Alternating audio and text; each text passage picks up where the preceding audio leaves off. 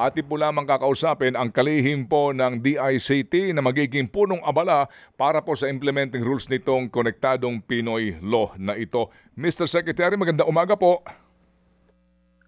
Good morning, Manong Ted. Sana naririnig mo ako Yes, ng linaw. Opo, loud and clear. Opo, salamat na marami, Secretary. Kasama ko po si Chacha this morning. Opo, sige. So, Sec, nag-lapse in tulo. So, ngayon bubuo kayo ng IRR. More or less, gaano katagal ito bago po ninyo matapos? Bigyan nyo kami ng the usual schedule, which is 60 to 90 days. Pero ang nabanggit ko nga sa team ko, baka naman pwede natin bilisan, mga 30 to 60. So, hindi matatapos ang taon. Nandyan na yung IRR at saka ready na kami mag-implement. Okay. Sec, ang ipinapangako po nitong batas na ito, sa akin po pakakaintindi ha, una, mas maganda, mas mabilis na internet service. Pangalawa, mas malawak na coverage. Opo. At pangatlo, mas mura. Tama po ba ito?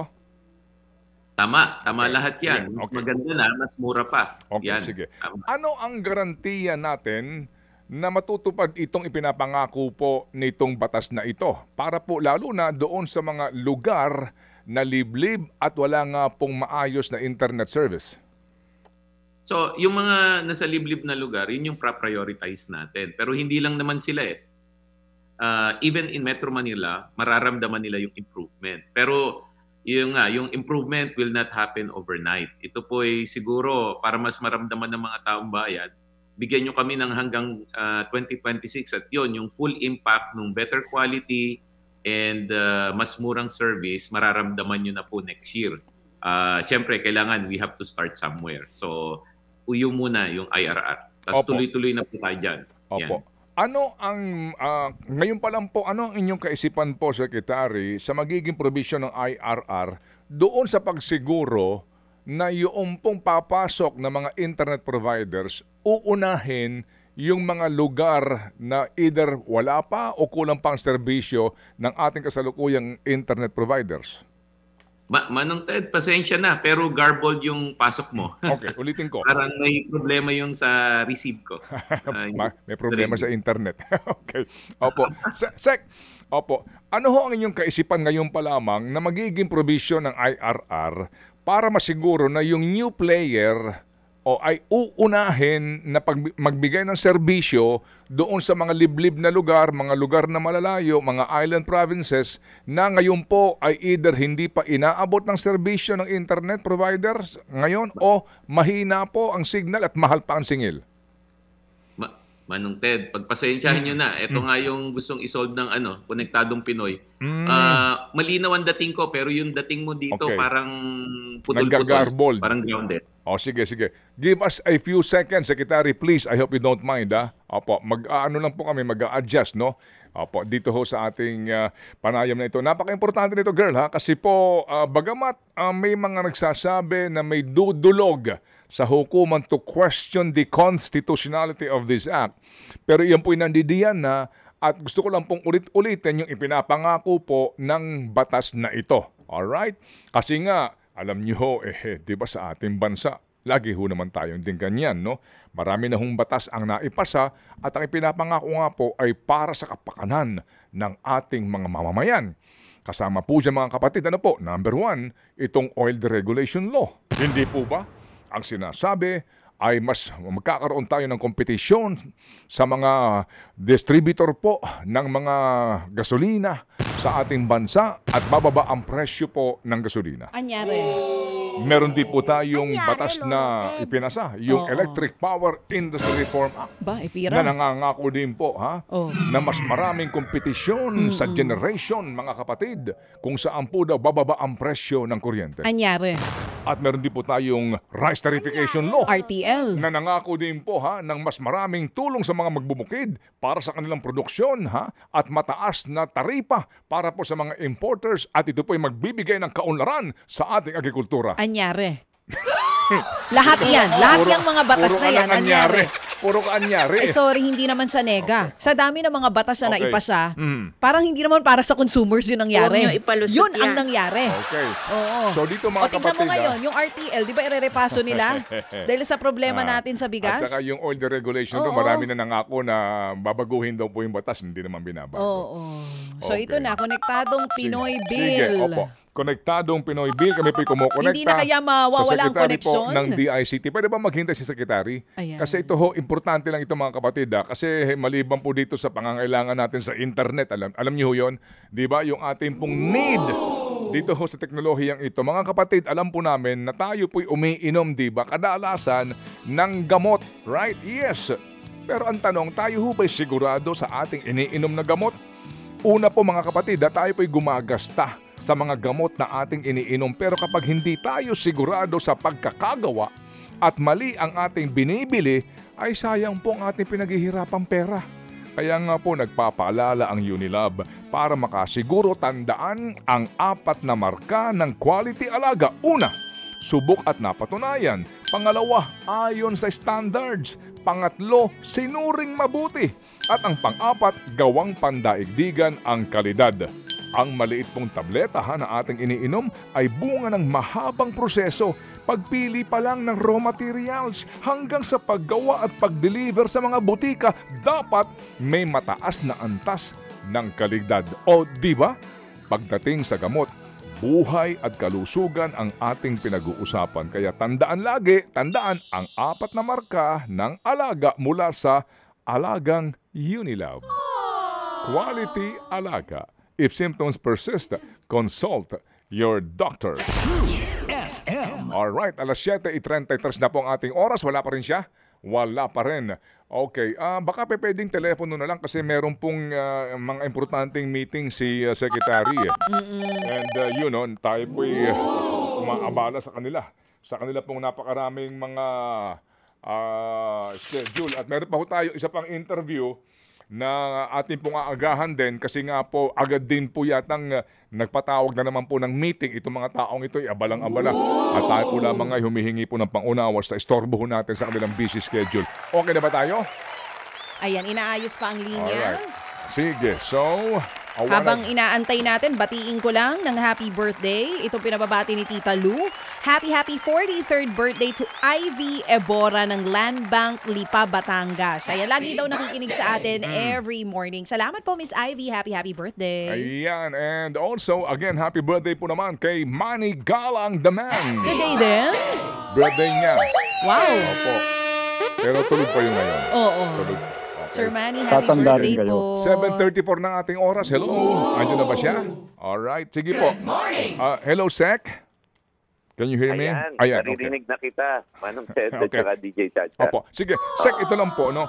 Sa ngayon pa lang po, ano po ang inyong kaisipan? Paano po ang ilalagay niyong provision sa IRR para masiguro na uunahin talaga ng new players na ito yung mga lugar na liblib, yung mga lugar na talagang wala pa pong internet service, mahal ang internet service o masama ang serbisyo? Paano natin po ilalagay yun? Tama. Alam mo, ang provision na yan, hindi naman naiiba yan. Yung mga dating telcos, nagkaroon na sila ng requirement na mag-connect muna doon sa missionary route. So isasama rin namin sa IRR yan na ang prioritize nila doon sa mga area na wala munang service. Wag muna sila doon sa mga areas na may service na. So ganyan po natin i-mandate sa IRR. Okay, sige. So, as in, lahat ng new players po ito, di ba sinasabi, mga libo daw itong gustong pumasok, sir, ng mga maliliit na players? Yung libo, hindi ko nakita yung numero. Pero ngayon, just to be accurate, siguro may mga 20 plus na nagparamdam na. Nagparamdam pa naman. Hindi pa naman sila nagpa-file ng formal. So, 20 yung nagpakita ng interest. Pero alam mo, yung 20, malaking bagay na yan. Depende kasi sa laki ng kumpanya na interesado. So, may mga malalaking kumpanya na gusto nang pumunta. At ang kagandahan naman nito, lininaw ko sa kanila. Sabi ko, alam nyo, ang pinakamababa ang connectivity sa Mindanao. Lahat sila game. O sige, Sek, Mindanao tayo magsisimula. Okay, sige po. So, kumbaga sa provision ng IRR, talagang dun sila muna sa mga liblib na lugar na ito, wala pa masyadong serbisyo at hindi doon sa mga city center, ha? Opo. Tama naman. Pero yung nasa mga city center naman, isa sa mga provision noong IRR at galing sa batas, i-improve natin yung service. Yung Konektadong Pinoy naman, hindi lang para sa mga bagong operator yan. Kasama dyan yung mga existing na. So yung mga existing na operators at may service dito sa Metro Manila, may mga service level agreements na kailangan tuparin sila. Opo. And paano po naman po yung presyuhan nito? Di ba deregulated po ang presyuhan nito? Paano po yung assurance na baka naman sumabay lang sa kasalukuyan pong presyuhan? Ano yan, by sheer economics, pag mas maraming nagko-compete, bumababa yung presyo. May study si World Bank at saka si ITU na doon tayo sa fiber sa mga probinsya. Dahil mas maraming competition doon, yung presyo bababa by end of this year. Wala pang Konektado Pinoy yan. Pag pumasok pa yung Konektadong Pinoy at dumami yung players, bababa yan. Magpo-compete sila sa presyo. Yan din po sinabi ng Oil Deregulation Law eh. Oo. Mas maraming players, mas bababa ang presyo sa competition. Pero, well, iba ho naman po yung oil industry. Pero dito po sa isyong ito sa internet, okay, so economic ka po ninyo. Simple lang. Mas maraming supplier, mas pababaan ang presyo. Yung bilis po ng internet service, paano nakakasiguro din po tayo? Baka naman mura, pero ang bagal. Tama. Yung batas, may nakalagay doon, rights of the users.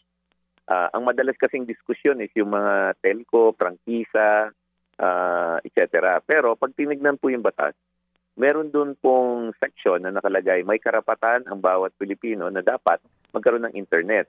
Second, may karapatan din na dapat affordable siya.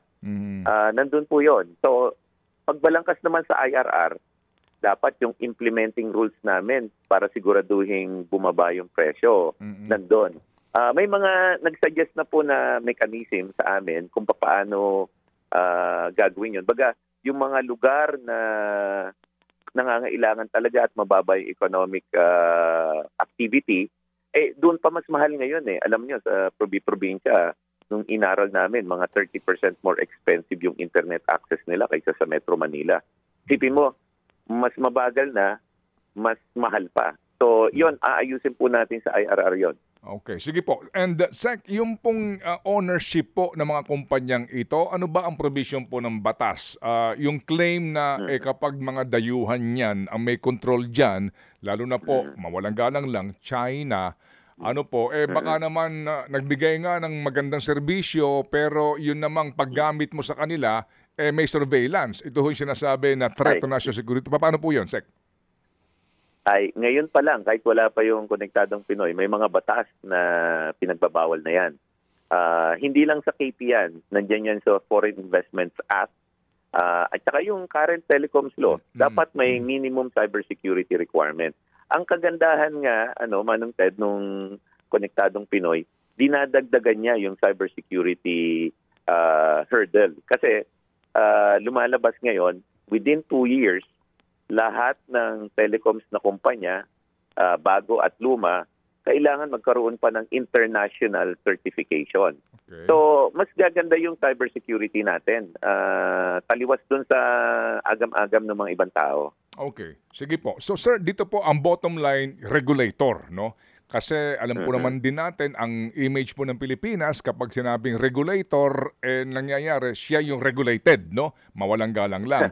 Sino ba ang regulator dito? NTC? Ay, dalawa po kami. NTC po at saka DICT. Yung boundaries of our regulatory powers, ayusin din sa IRR. Pero ang mangyayari po niyan, parang policy and standard setting, kami po sa DICT. Tapos yung licensing at saka permitting, NTC naman siya. Ayun. Paano po yung issue ho dito ng lagayan na posible daw ho ding pagpiestahan nitong regulators? Ano po ating assurance doon, Secretary, na dito po Alam nyo na ang ibig kong sabihin. Alam mo, Ted, ito yung gagawin natin. Gagawin natin lahat yan transparent. Isa po sa mga reform na ginawa natin sa DICT, every transaction, whether mag-apply ka ng lisensya or mag-bid ka sa project, dapat nakikita ng taong bayan, nabe-verify nila online. At nabe-verify nila in real time as much as possible. Alam mo, hindi lang kailangan nakikita ng taong bayan, dapat nakikita rin nila na mabilis. Hindi ba po pwedeng tapos na yung boxing bago nila makita? So ang sagot po dyan, transparency at saka automation. Ang mangyayari niyan, sasama po namin din sa IRR yan, na hindi ka na kailangan, kung taong bayan ka, gusto mo malaman kung ano nangyari sa transaksyon, punta ka lang doon sa website namin, makikita mo na yung detalye. At saka kung mag-a-apply ka, dapat makikita mo yung status ng application mo na gumagalaw. Ang sabi nga ng presidente, utos sa amin, dapat hindi na tayo nag-uusap ng red tape. Ang pinag-uusapan natin, pag may gustong magnegosyo, red carpet dapat. Mabilis at saka transparent. Okay, sige po. So, aantabit po kami, Sec, sa inyo pong IRR at muli gagambala kami kapag may mga question dito po sa inyo pagpapatupad po ng Konektadong Pinoy Act. Salamat po, sir. Anytime, Ted, DJ Chacha, at saka sa mga tagapakinig nyo po, alam nyo po, ang sabi ng presidente, gusto ko, konektado kayong lahat. Salamat po na marami. Mabuhay po kayo, Sec. Mabuhay. Thank you very much. Si Secretary Henry Aguda ng Department of Information and Communications Technology. Mga kapatid, brothers and sisters, saan ka pa? Dito na tayo sa totoo. Dito na tayo sa True FM. Mga kapatid, mag-subscribe and follow po kayo sa social media accounts ng True Network PH. Yan po kami. Hanapin nyo lang True Network PH, Facebook, Instagram, YouTube, TikTok, and podcast. Mapa Apple or Spotify man yan, mahahanap nyo kami. Lahat ng mga napapanood at napapakinggan nyo po sa programa, nasa social media accounts namin yan. So, paano mga kapatid? See you sa social media!